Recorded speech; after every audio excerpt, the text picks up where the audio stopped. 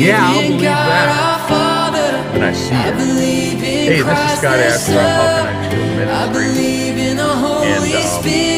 And that's an expression you hear over the years. I've heard many times. And I'm here to tell you that what's the faith stuff all about? You know, a lot of people talk in churches about faith. You know, what does that mean? First of all, let me tell you this.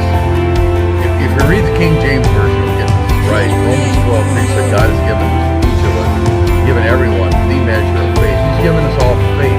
Everyone has a mustard seed of faith. Everyone can move mountains. No respecter of person. So get that out of your head. Oh, I don't have enough faith. They ain't got too much faith. That's just wrong thinking. But the reality is, if you don't believe it, if you don't practice it, and it ain't going to work. And so in that sense, a pragmatic sense, let me talk about a couple of characters in the Bible. And that would be the Roman centurion and Doubting Thomas.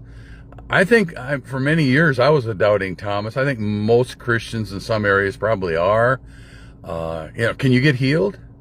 Can you move mountains? Can you speak to the weather? You know, I'm not saying these things to brag or to, you know, I couldn't do any of that stuff for decades, you know, and it's like, and yet Jesus told us, you know, the things that I do, you'll do also in John 14:12. And yet we don't do them. And we know that it's in the Bible. And yet there's this huge disconnect of like, and you know, I've always been so bothered by the question, or I should say at least at times, why can't we do these things? What happened to the book of Acts? And I do give Jesus all the glory for all this. It's not about me. Okay, so in John 20, Thomas is told that Jesus is risen from the dead, and he says, you know, I won't believe unless I touch, you know, and see the nail-scarred hands. And basically, I'm not going to believe it till I see it, till I touch him. You know, I'm totally operating in the natural, in the flesh. You know, I don't, you know, no, I'm not going to believe any of that. And again, I think that's how a lot of us operate. You know, we just won't, well, I'll believe that when I see it.